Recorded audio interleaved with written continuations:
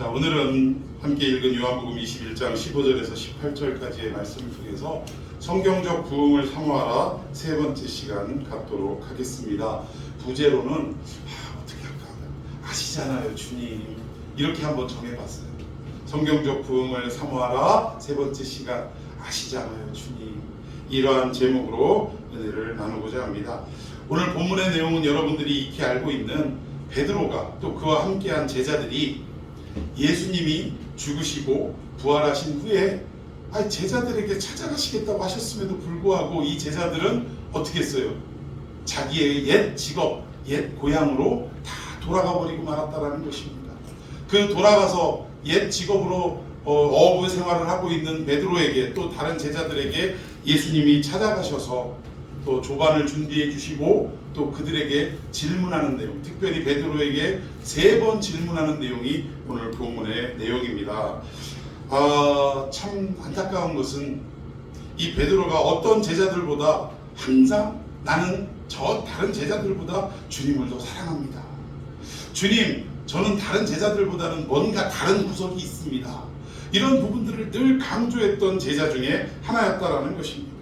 그런데 결국 그도 인간인 고로, 연약한 고로, 죄인인 고로 어찌할 수 없이 체포당에 끌려가신 예수님을 아느냐? 너도 그 당이라 라고 묻는 질문 앞에 무려 몇 번이나 3번이나 부인하고 나중에는 저주하는 이러한 모습을 보일 수밖에 없었다라는 것입니다. 예수님을 배반한, 스승을 배반한 이 제자, 여러분이 예수님의 입장이라면 이 베드로를 대할 때 어떤 마음이시겠어요? 섭섭하기도 하고 아주 그냥 분노가 가득 차기도 하고 내 이놈을 3년 동안 남다르게 사랑했건만 나를 배반하고 배신을 해? 나를 욕하고 부인해? 아마 정말 우리는 도저히 용서할 수 없는 그런 마음으로 가득 찰지도 모르겠어요. 그럼에도 불구하고 우리 주님은 당신을 배반한 그 베드로라는 제자를 또 나머지 제자들을 사랑하시되 어떻게까지 사랑하신다고요? 끝까지 사랑하신다.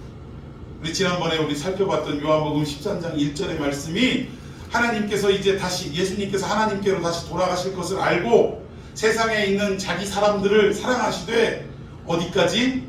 끝까지 사랑하셨다라고 우리가 그 말씀을 상고한 적이 있습니다. 오늘 당신을 배반한 이 베드로라는 제자와 나머지 제자들까지도 주님은 포기하지 않으시고 아주 그냥 난 내 기억 속에 너를 삭제하겠다 이러지 아니하시고 사랑하시되 어디까지? 끝까지 사랑하셔서 지금 옛 직업으로 돌아간 그들에게 방문하셨다라는 사실입니다. 근데 결국 옛 직업으로 돌아간 이 제자들이 어부로 잔뼈가 굵었음에도 불구하고 그날따라 고기를 잡은 것이 없이 텅 빈 배로 다시 돌아왔다는 겁니다. 자, 그 장면을 한번 보도록 하십시다. 7절 말씀입니다. 시작. 예수께서 사랑하시는 그 제자가 베드로에게 이르되 주님이시라 하니 시몬 베드로가 벗고 있다가 주님이라 하는 말을 듣고 겉옷을 두른 후에 바다로 뛰어내리더라. 여기 재밌는 건요, 지금 이 요한복음을 쓴 사람이 누구죠? 요한입니다. 요한이 이 책을 기록을 했어요.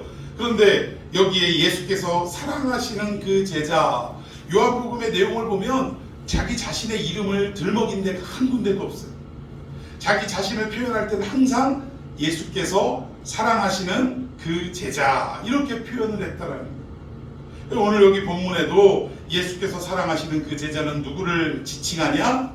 요한 자신을 지칭하는 내용이라는 거예요. 예수께서 요한이, 사랑하시는 그 제자 요한이 먼저 예수님을 발견하고 베드로에게 주님이 오셨다 라고 하니까 베드로가 그냥 겉옷을 벗고 있다가 우통 벗고 있었겠죠. 그러고 있다가 주님 오셨다는 이야기를 듣고 바로 겉옷을 입고 그리고 바다로 뛰어내리는, 얼마나 이 주님에 대한 갈망과 또 어떤 그런 갈급함이 있었는지를 행동을 통해서도 우리가 볼 수 있다는 것입니다.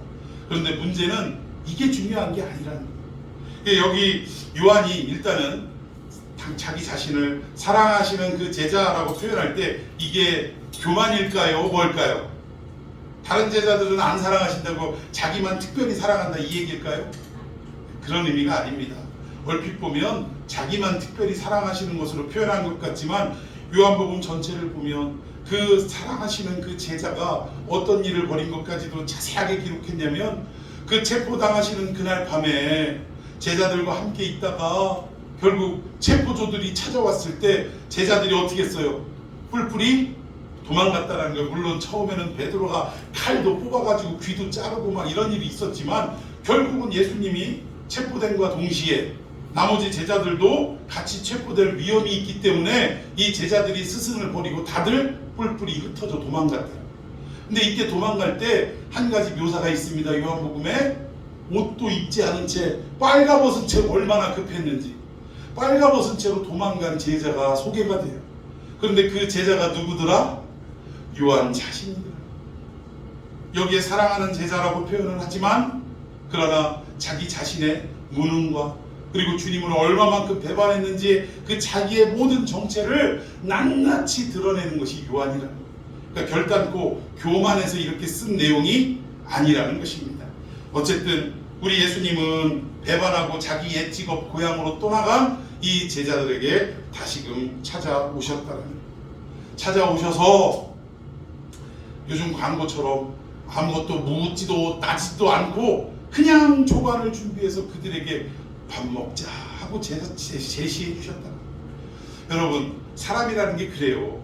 뭔가 잘못한 사람 입장에서는 특히 자식들이 부모에게 뭔가를 실수하고 잘못을 저질렀을 때 이제 집에 가면 우리 엄마한테 또는 우리 아빠한테 어떻게 되겠다, 이제 죽었다, 하여튼 메타작 한번 오늘 제대로 하겠다 이런 마음으로 딱 집에 들어갔는데 무표정하신 엄마나 아빠가 아무 말씀도 안 하시고 저녁 먹었냐?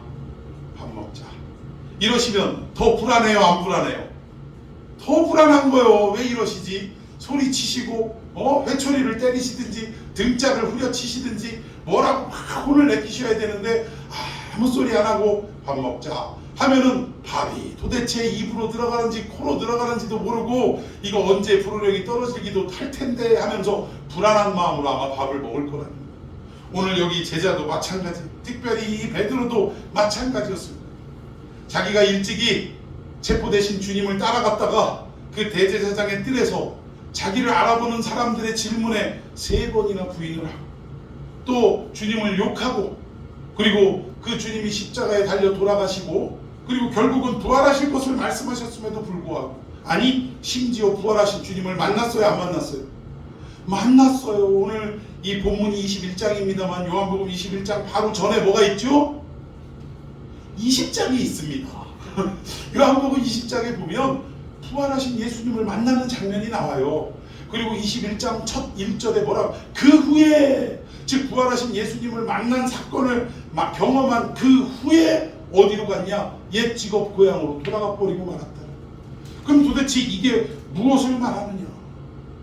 아니 우리 예수님을 부활하신 그 내용도 목격했고 심지어 도말하는 자는 퀴즈, 너는 나를 본고로 믿느냐? 보지 않고 믿는 자가 복되도다 하면서 못 박힌 손에 옆구리에 창 찔린 자국을 내밀으셨는데 한번 넣어봐라 라고 했을 때 도마가 넣었을까요? 안 넣었을까요?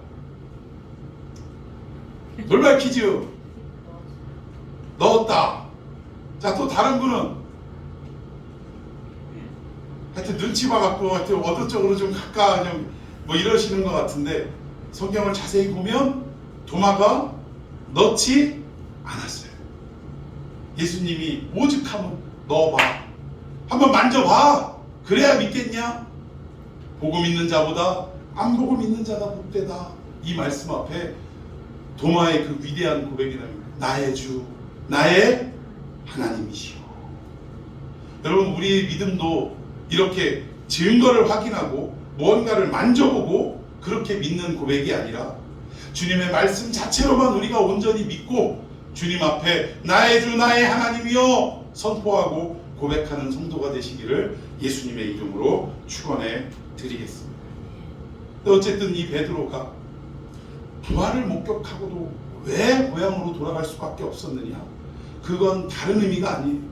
앞서 예수님의 십자가의 죽음의 의미를 온전히 깨닫지 못했기에 부활을 한들, 살아난들 무슨 소용이요?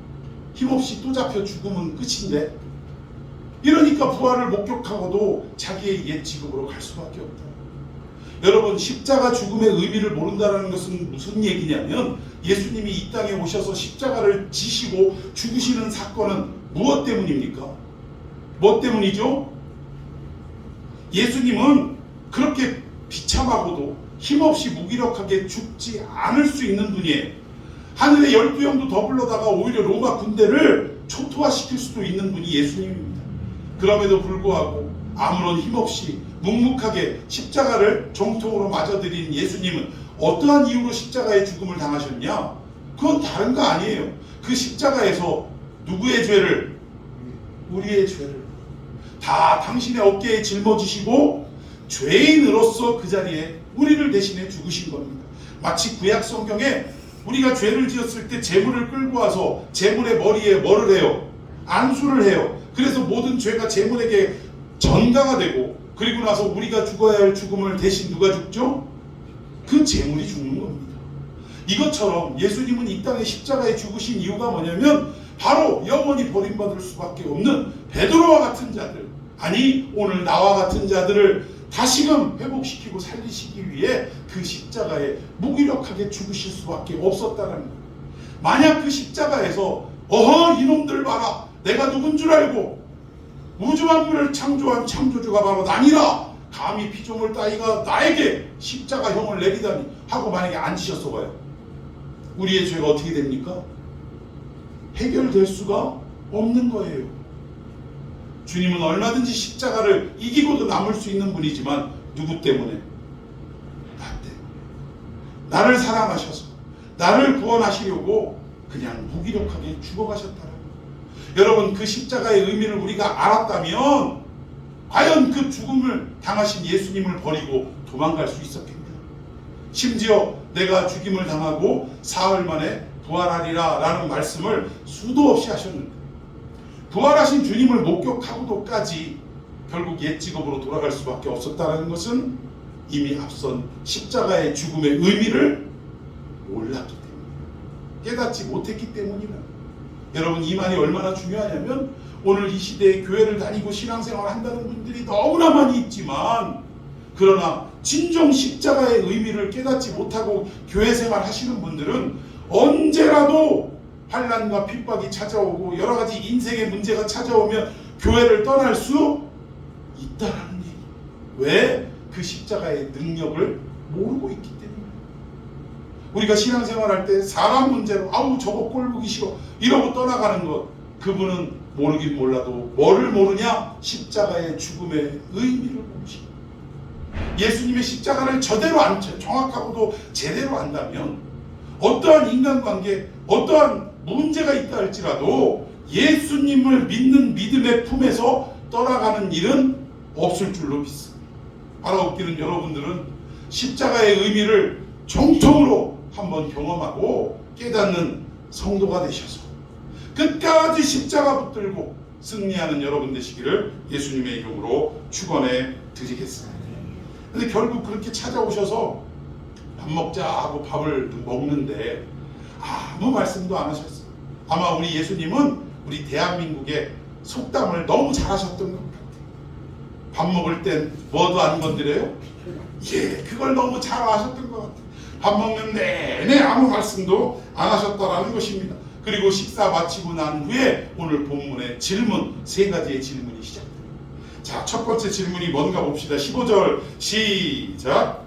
그들이 조금 먹은 후에 예수께서 시몬 베드로에게 이르시되 요한의 아들 시몬아, 내가 이 사람들보다 나를 더 사랑하느냐 하시니 이르되 주님 그러하나이다. 내가 주님을 사랑하는 줄 주님께서 아시나이다. 이르시되 내 어린 양을 먹이라 하시고. 아멘. 여기 보니까 예수님이 첫 번째 질문이 뭐냐면 요한의 아들 시몬아, 네가 나를 뭐하느냐? 사랑하느냐? 거기에 대한 대답으로 베드로가 예, 사랑하는 것을 주님이 아십니다 라고 대답하는 내용입니다. 그런데 많은 설교가 이 본문의 내용을 통해 자, 헬라어로 사랑은 예수님이 질문하신 사랑은 아가페의 사랑이었다 이거예요. 여기 보면 본문에 아가파스메라고 하는데 이게 결국 아가페가 변형된 건데, 아가페 사랑으로 사랑하냐 아가페의 사랑? 예, 그렇게 질문을 했어요. 그런데 베드로는 뭐라고 대답을 했냐면 필리아의 사랑. 그렇게 여기에는 필로스라고 기록이 되어 있는데 이거는 우정을 얘기하는 거예요. 친구 간의 우정의 사랑. 그런데 설교가 예수님은 신이 사람을 사랑하는 그 사랑, 그 위대한 사랑이죠. 이거는 그 위대한 사랑으로 나를 사랑하냐라고 물어봤는데 베드로는 뭐라고 했다고요? 친구 간의 우정의 사랑으로 사랑한다고 대답했다라고 설교하는 내용이 많습니다. 물론 자 용례를 보면 이래요. 헬라어로 사랑은 네 가지입니다. 네 가지 표현이 되는데 첫 번째 에로스 사랑 많이 들어보셨죠? 에로스 사랑은 성적인 사랑이고 쾌락을 추구하고 이기심으로 똘똘 뭉친 사랑이라. 여러분 남녀 간의 사랑도 잘 생각해 보세요. 내가 10개를 주면 상대방도 나를 어떻게 해야 돼요? 10개를 주든 아니면 최소한 한두 개라도 주는 게 있어야 사랑이 이루어지는 거예요. 결국 이것은 뭐냐면 이기적인 사랑이라는 거예요. 그 남녀 간의 사랑도 엄밀히 따지면 아주 신성하고도 거룩한 사랑 같지만 이기적인 사랑입니다.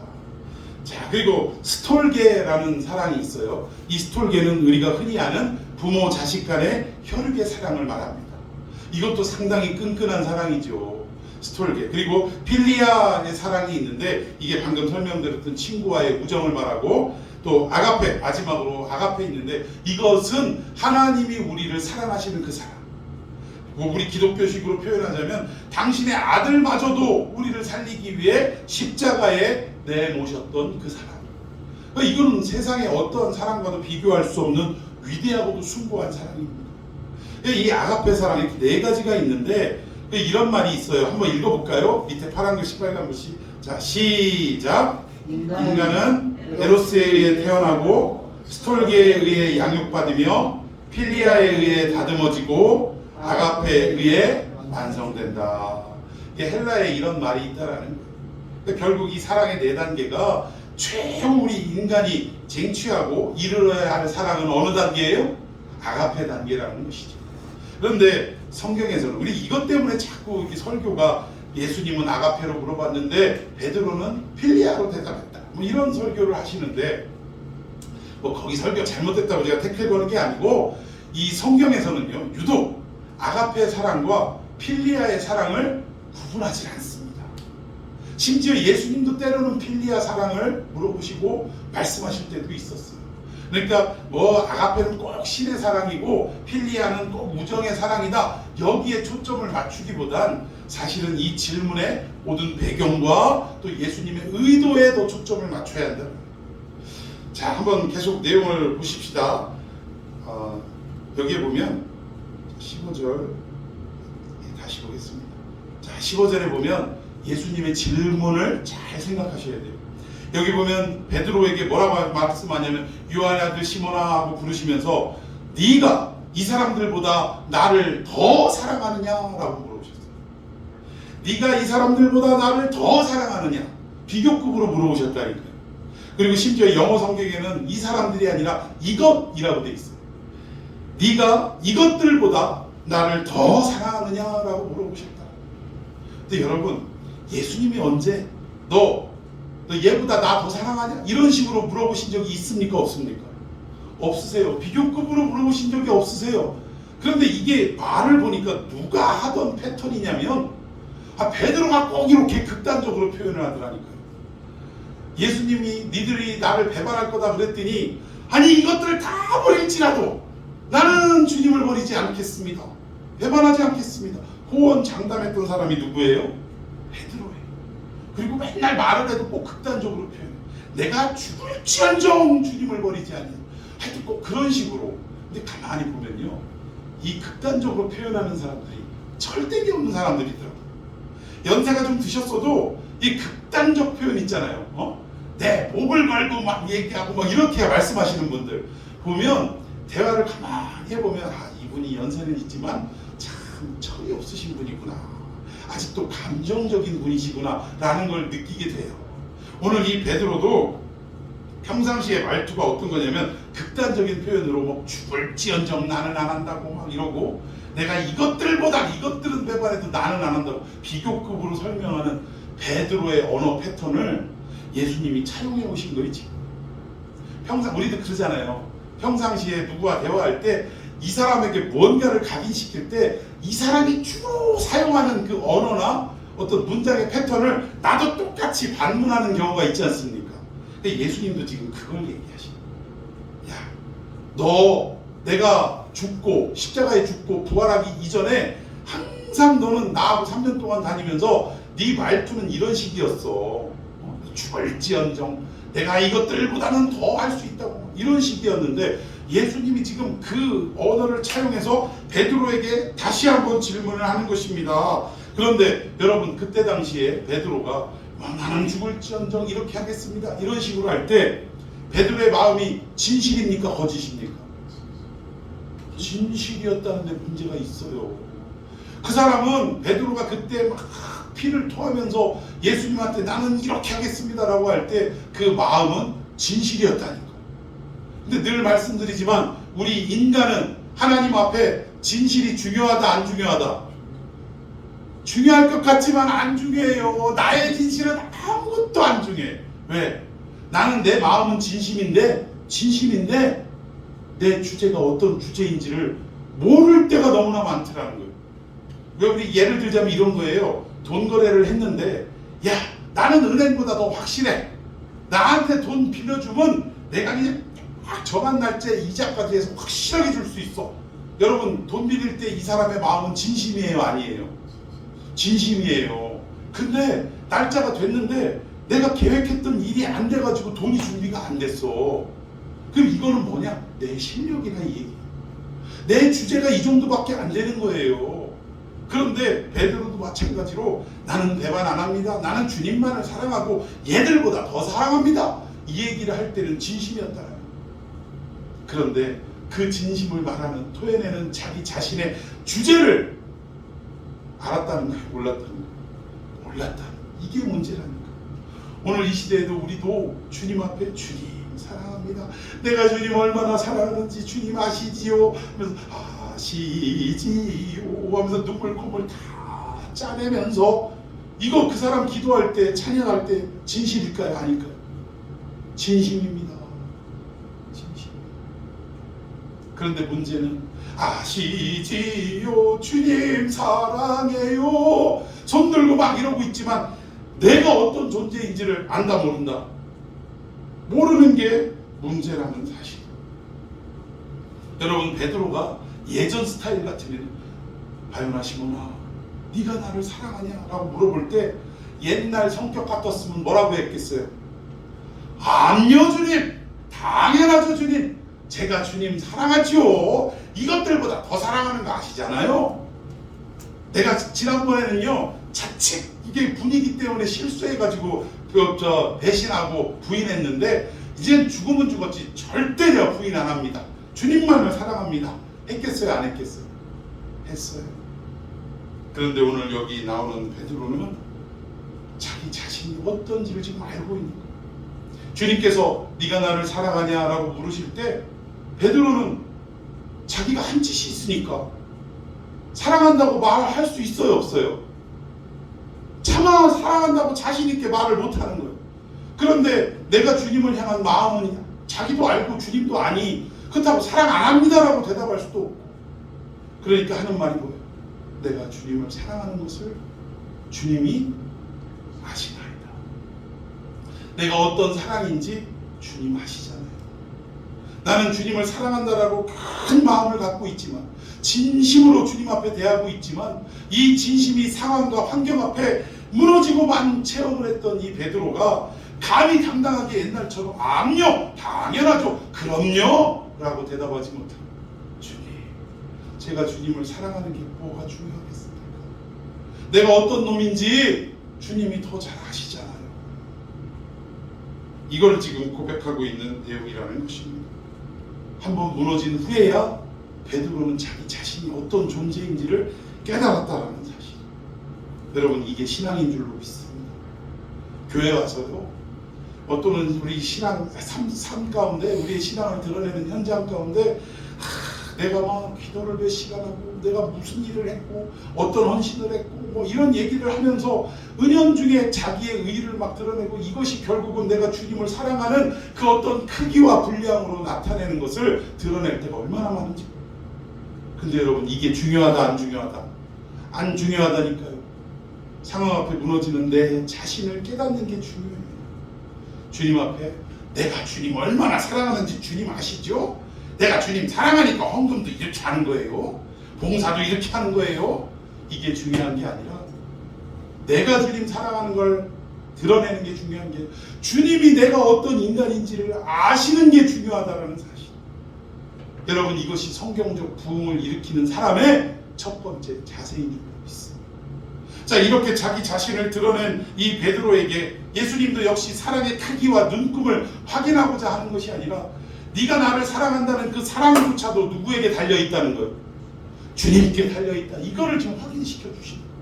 근데 이것을 확인하고 나서 결국 베드로에게 뭐라고 말씀하시냐면, 내 어린 양을, 여기 마지막 부분에 내 어린 양을 어떻게 하래요? 먹이라 라고 목양의 사역을 맡겨주셨다. 여러분, 부흥과 하나님의 놀라운 사명을 다시금 받게 되는 사람은 어떤 사람이냐? 자기 자신이 어떤 존재인지를 깨닫는 자가 바로 이 부흥의 대상이며 하나님이 맡기신 사명을 감당할 수 있는 사람입니다. 저는 여러분들, 또 우리 참평한교회가 이러한 교회와 성도가 되기를 예수님의 이름으로 축원해 드리겠습니다. 자, 우리 두 번째 질문으로 넘어갑시다. 16절 시작. 또 두 번째 이르시되 요한의 아들 시몬아 내가 나를 사랑하느냐 하시니 이르되 주님 그러하나이다. 내가 주님을 사랑하는 줄 주님께서 아시나이다. 이르되 내 양을 치라 하시고. 예, 두 번째도 똑같은 질문을 하셨어요. 네가 나를 사랑하냐? 라고 물어보시는데, 두 번째도 내가 주님 사랑하는 줄 주님께서 아십니다. 내가 어떤 존재인지 주님이 더 잘 아시지 않습니까? 이거는 내가 사랑합니다 라고 당당히 얘기하는 게 아니라 내가 어떤 놈인지 주님 아시잖아요. 이 얘기라니까요. 자, 그런데 첫 번째 질문 끝에, 대답 끝에 예수님이 주신 명령과 두 번째 이 질문 끝에, 대답 끝에 주신 명령과 차이가 있습니다. 15절에는 뭐라고 그랬어요? 내 어린 양을 먹이라.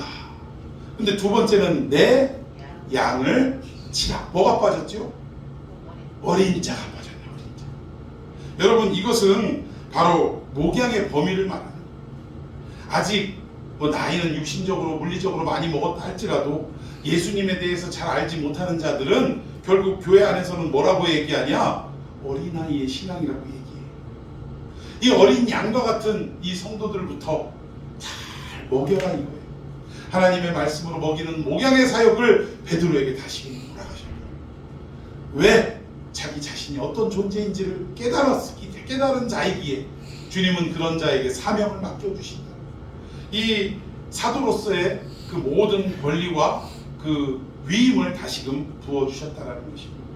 그래서 결국 이 베드로는 어린 양부터 먹이는 역사가 있었고, 또 두 번째 질문 앞에 내 양을 치라, 여기서는 어린 양뿐만 아니라 이미 성장한 맡겨주신 성도들까지도 어떻게 해야 돼요? 바른 길로 인도하고 푸른 풀밭과 맑은 시냇물로 인도하는 목자의 사역을 감당할 것을 말씀하시는 것입니다. 결국은 주님은 베드로에게 목양을 부탁하시는 거예요.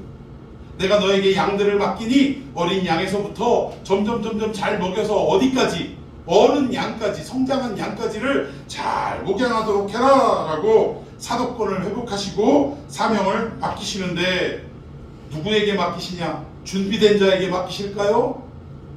여러분, 이거 착각하면 안 됩니다. 제가 어떤 교회, 인천에 있는 모 교회인데, 북한이 결국은 이제 우리가 넘어가서 선교를 해서 그리스도의 계절이 열리게 해야 되는데, 우리가 넉넉히 있다가 북한 땅으로 이제 복음이 들어갈 수 있는 열린 길이 생기면 그제서 훈련하고 뭐하면 늦는다.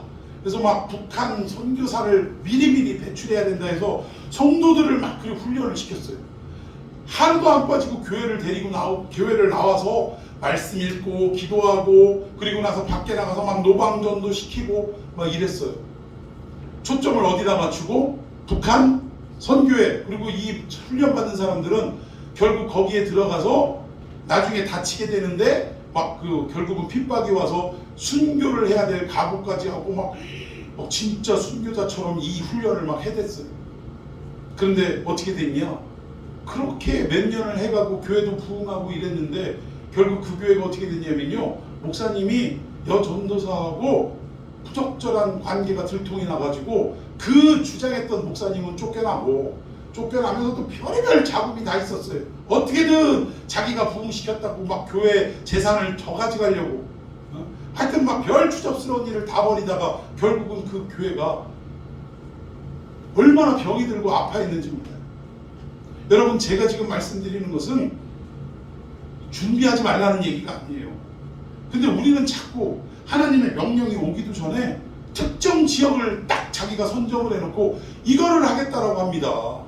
여러분, 아직 주님이 우리에게 뭘 하라고 명령이 떨어지지도 않았어요.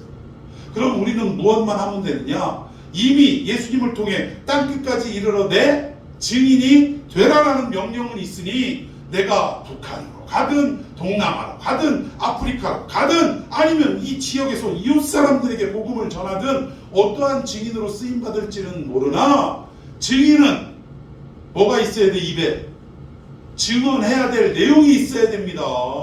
예수 그리스도를 증언하고 그의 복음을 전해야 될 내용을 가지고 있어야 돼요. 거기에 대해서는 훈련하고 준비하는 일들은 마치 슬기로운 처녀가 기름을 준비한 것처럼 준비하는 일들은 해야 하나, 특정 지역이나 어떠한 상황을 딱 꼬집어서 나는 이것을 위해 준비한다, 그러다 주님이 북한으로 안 보내시면 어떡할 거예요? 여러분이 대전에도 저쪽에 큰 교회 있어요. 지금 목사님 은퇴하셨는데 이 목사님 지론 뭐냐, 북한은 결국은 통일이 되는데 이 통일이 됐을 때 북한의 이 경제를 남한이 끌어안을 수밖에 없는 구조다. 그러면 우리 남한에서 한 가정이 북한의 한 가정을 포용하고 경제적으로 다 해결해 줘야, 그래야 통일이 됐을 때 문제가 생기지 않는다. 그래서 우리 교회는 지금 우리 성도들부터 한 가정이 북한의 한 가정을 책임질 그 재물을, 그 모든 어떤 재정을 어떻게 하겠다는 거예요? 헌금으로 받기 시작하겠다는 거예요. 예를 들어서 한 가정이 한 가정을 풀으려면 뭐 적어도 한 3억이 있어야 된다라고 하면 당장 3억을 헌금할 수가 없으니 지금부터 매달 그 3억이면 3억, 5억이면 5억, 이거를 목표로 어떻게 하겠다는 거예요? 교회에다 헌금을 하겠다는 얘기예요. 죄송한 얘기예요. 안 그랬으면 좋겠어요. 정말 그 바람대로 이루어졌으면 좋겠어요. 그러나 지금 저는 그 교회가 지금 사이렌을 울리고 있는 상황이라고 생각합니다. 그 재정 반드시 죄송합니다. 아마도 이상한 어떤 잘못된 그런 어둠이 틈타서 결국은 잡음이 생길 수밖에 없지 않겠느냐라고 생각해요. 여러분, 교회가 이런 일을 물론 준비하는 것도 중요합니다만, 과연 그 교회 하나가 그렇게 된다고 되겠냐 이 얘기예요. 하나님이 남북을 통일시킬 때는 어떠한 바람을 일으키시는 거예요. 우리나라 경제를 일으키셔서 그 북한을 얼마든지 포용할 수 있는 능력이 되게 하시거나, 또는 어떤 북한의 인력과 자원을 통해서 어떤 같은 공동체를 이루어갈 수 있도록 하시거나, 하나님은 이런 식으로도 얼마든지 역사하실 줄도 있을 줄 믿습니다. 그러는 거예요. 제가 볼 땐 아마 그 헌금 걷었다가 점점 막 이렇게 되다가 어느 순간에 사고가 생기지 않을까 걱정입니다. 우리는 준비해야 된다라고 해가지고 아주 구체적인 내용까지도 자기가 준비를 해. 보내실 분은 너는 여기다라고 말씀도 안 하시는데 그거를 미리 준비하더라 이거예요. 그런데 준비된 자가 이 모든 일들을 사명을 맡는 것이 아니라 오직 모든 일이 하나님의 은혜로 설 수 있는 자, 내가 이 일을 하는 것도 하나님의 은혜요, 이 일을 하지 못하고 다른 일을 하는 것도 하나님의 은혜요, 모든 것이 하나님의 은혜입니다 라고 받아들일 수 있는 자, 그런 자를 하나님은 사용하실 줄로 믿습니다. 이게 필요한 거예요. 그러니까 내가 부자가 되면 그럼 내가 이 일을 하겠다 이러고, 부자가 안 되면 이 일을 못한다 이런 어떤 우리의 신앙이 자꾸 병들어가는 모습들이 생길 수밖에 없다라는 것입니다. 그러니까 하나님은 갖춰진 자를 통해서 역사하시는 게 아니라 그냥 묵묵히 오늘 하루를 하나님의 말씀에 입각해서 한 걸음 한 걸음 내딛고 살아가는 자, 이 사람들을 사용하시는 줄로 믿으시기를 바랍니다. 이게 진짜 성경적 부흥을 일으키는 두 번째 동력이라고. 마지막 세 번째, 자 17절 봅시다. 시작. 세 번째 이르시되 요한의 아들 시몬아 내가 나를 사랑하느냐 하시니 주께서 세 번째 내가 나를 사랑하느냐 하심으로 베드로가 근심하여 이르되 주님 모든 것을 아시오매 내가 주님을 사랑하는 줄을 주님께서 아시나이다. 예수께서 이르시되 내 양을 먹이라. 아멘. 세 번째도 똑같은 질문을 하셨는데 그 질문을 받은 베드로가 대답이 세 번째가 조금 달라졌습니다. 대답하기 이전에 베드로가 뭘 했대요? 근심했다. 근심하여 이르되 주님 모든 것을 아시오매 내가 어떤 인간인 것을 주님 다 아시면서 왜 자꾸 물으시는지요? 걱정하기 시작한 거예요. 여기 근심하다라는 말의 헬라어의 뜻을 보면 어떤 뜻이냐면 심장이 터질 듯한 고통, 또 답답함, 이러한 뜻을 가지고 있다. 주님이 그 질문을, 똑같은 질문을 세 번째 하셨을 때 자기가 어떤 인간인지 주님 앞에 이미 고백했고, 그리고 두 번째도 역시 고백을 했는데 이 질문으로 시원치 않으셨든지 세 번째 같은 질문을 하시니 베드로의 생각은 답답함이 찾아온 거예요. 심장이 터질 듯한 고통이 찾아왔다라는 것입니다. 이게 무슨 이유냐면 내가 이렇게까지 대답했는데도 역시 나는 어쩔 수 없는 연약한 인간일 수밖에 없구나. 주님이 그걸 아시니 자꾸 물으시는 건 아닌가. 결국 베드로의 마음은 이런 거예요. 내가 똑같은 상황으로 돌아간다 할지라도 나는 역시 그 상황에 주님을 얼마든지 배반하고 배신할 수 있는 연약한 자이구나 라는 것을 깨닫는 순간 가슴에 고통이 밀려오기 시작하는 거예요. 답답함이 밀려오기 시작하는 거예요. 내가 이거밖에 안 되는가? 내가 이토록 주님이 돌아가시고 부활하시고 난 이후에 많은 것들을 생각하고 많은 것들을 깨달았는데 그럼에도 불구하고 나는 어쩔 수 없는 죄인일 수밖에 없는 것인가? 이 마음 앞에 가슴이 통증이 느껴지고 아픈 마음이 들기 시작했다라는 거예요. 결국 이것은 뭐냐? 이 생각이 드는과 동시에 자기 부인의 역사가 있었다. 나는 어쩔 수 없는 죄인이구나. 이게 자기 부인. 아까도 말씀드렸듯이 예수님이 십자가를 지시는 것은 예수님이 자기 부인을 하지 않으면 십자가를 질 수 있었겠습니까? 자기 부인이 있었기에 십자가를 묵묵히 받아들이셨던 것처럼 마저 나도 또 넘어질 수밖에 없는 연약한 존재구나 라고 자기 부인이 이루어지는 그 사람에게 우리 주님은 다시금 복음을 맡기시고 또 성경적 부흥을 맡겨주시는 것임을 믿으시기 바랍니다. 근데 우리는 아직도 나는 왜 작은 거 맡기고 쟤는 왜 큰 거 맡겨요? 이런 거에 막 그냥 마음 아파하고 이러는데 그게 아니라는 거예요. 오늘 베드로처럼 주님 아시잖아요. 제가 어떠한 존재인지 주님 아시지 않습니까? 제가 주님을 사랑한다는 이 사랑조차도 주님의 손에 달려있는 것을 아시지 않습니까? 이러한 자기 부인의 역사가 오늘 우리 참평한 교회 안에, 오늘 여러분들 안에 가득 넘치는 역사, 그래서 말씀이 회복되어지고 성경적 부흥이 일어나는 이 한 해가 되기를 예수님의 이름으로 축원해 드리겠습니다. 아멘. 자, 오늘 말씀 붙들고 기도합시다. 하나님, 아직까지도 나는 내가 하나님을 얼마나 사랑하는지에 초점을 맞추고 방점을 두고 살아왔습니다. 그러나 이것이 중요한 것이 아니라 주님이 나를 알고 계시는 것이 더 중요한 것이고 주님이 나의 모습 이대로를 받아주신다는 사실이 중요함을 오늘 말씀을 통해 깨달았습니다. 앞으로도 내가 주님을 얼마나 사랑하는지 아냐 비교급으로 생각하지도 말하지도 말게 하시고 오직 주님 앞에 자기 부인을 하며 엎드릴 수 있는 삶을 살아가게 해달라고 우리 주님의 이름을 뜨겁게 부르며 함께 기도하겠습니다.